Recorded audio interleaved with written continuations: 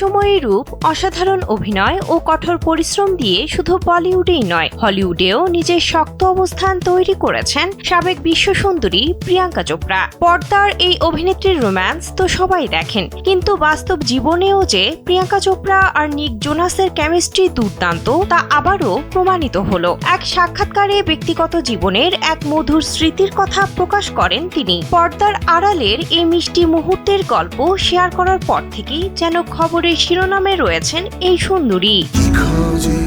Sensation classic strawberry और coffee variant है। मुझे लगता है तुम मुझसे ज्यादा निक से ऑब्सेस्ड हो। भारत का दामाद है हमारे देश का दामाद। সম্প্রতি the great Indian Kapil show এর নতুন সিজনে বিশেষ অতিথি হিসেবে উপস্থিত ছিলেন প্রিয়াঙ্কা চোপড়া। সেখানে অভিনেত্রী তার করোয়া চৌথের অভিজ্ঞতার কথা জানান। স্বামীর জন্য সারাদিন না খেয়ে থাকার পর নিক যেভাবে প্রিয়াঙ্কার উপোস ভাঙিয়েছিলেন তা ছিল একদম সিনেমার গল্পের মতো।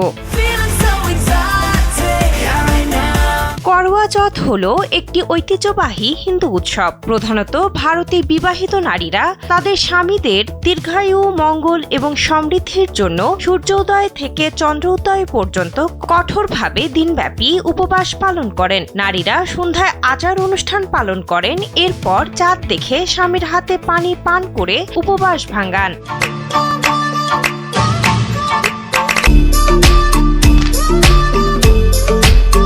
শোয়ে কপিল শর্মা প্রিয়াঙ্কাকে প্রশ্ন করেন যে তিনি ভারতীয় নারীদের মতো স্বামীর জন্য উপবাস রাখেন কিনা। উত্তরে প্রিয়াঙ্কা বলেন, আমি একবার উপোস রেখেছিলাম, তখন নিক একটা কনসার্টে পারফর্ম করছিল। সে সময় আকাশে এতই মেঘ ছিল যে চাঁদ দেখা যাচ্ছিল না, এমনকি রাত 11টা বেজে যাচ্ছিল তাও চাঁদ দেখা যাচ্ছিল না। एक बार वो स्टेडियम पे थे, स्टेडियम में शो हो रहा है, अभी चांद मिले ही ना, क्लाउड्स थे, बारिश आने वाली थी। প্রিয়াঙ্কা আরো বলেন, তখন নিক তার প্রাইভেট প্লেনে করে আমাকে মেঘের উপরে নিয়ে যায় চাঁদ দেখানোর জন্য। তারপর প্লেনেই সে আমাকে পানি পান করিয়ে উপোস ভাঙায়। এটা আমার জীবনের বিশেষ দিনগুলোর একটি ছিল।